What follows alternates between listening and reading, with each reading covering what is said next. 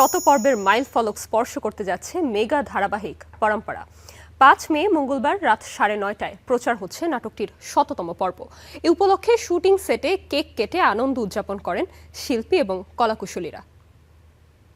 পারিবারিক গল্প সম্পর্কে টানাপোড়েন আর ৩ প্রজন্মের আবেগঘন যাত্রা নিয়ে দর্শকের মনে জায়গা করে নিয়েছে দীপ্ত টিভির মেগা ধারাবাহিক পরম্পরা।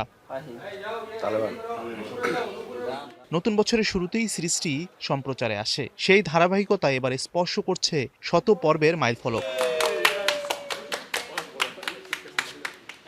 এ উপলক্ষে আশুলিয়ায় নাটকটির শুটিং সেটে আয়োজন করা হয় উদযাপন অনুষ্ঠান। কেক কেটে আনন্দ ভাগাভাগি করেন নাটকটির অভিনয় শিল্পী, নির্মাতা ও কলাকুশলীরা। এ সময় পুরো টিমের মধ্যে ছিল উৎসব মুখর পরিবেশ।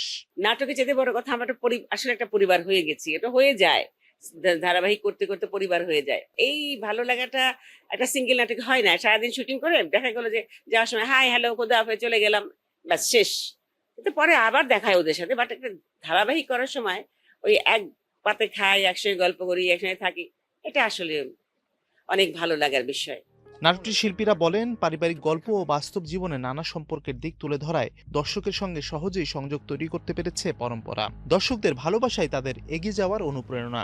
দর্শকদের ভালোবাসা, আপনাদের সবার ভালোবাসায় আসলে পরম্পরা ১০০ পর্বে পদার্পণ করেছে এবং পরম্পরা আরো ১০০০ পর্ব পেরিয়ে যাবে এই আশা করি। এই জার্নিটা খুব মানে চোখের পলকে শেষ হয়ে গেছে এরকম মনে হয়েছে।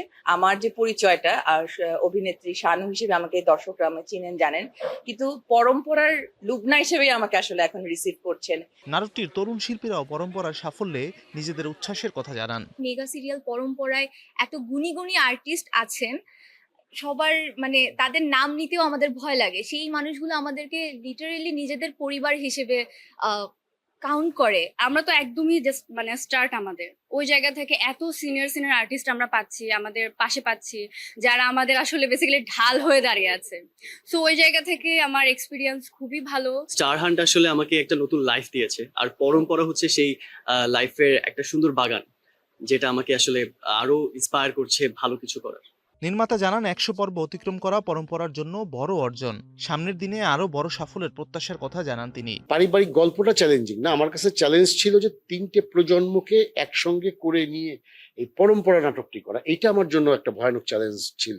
Mazharul Tamim, star entertainment.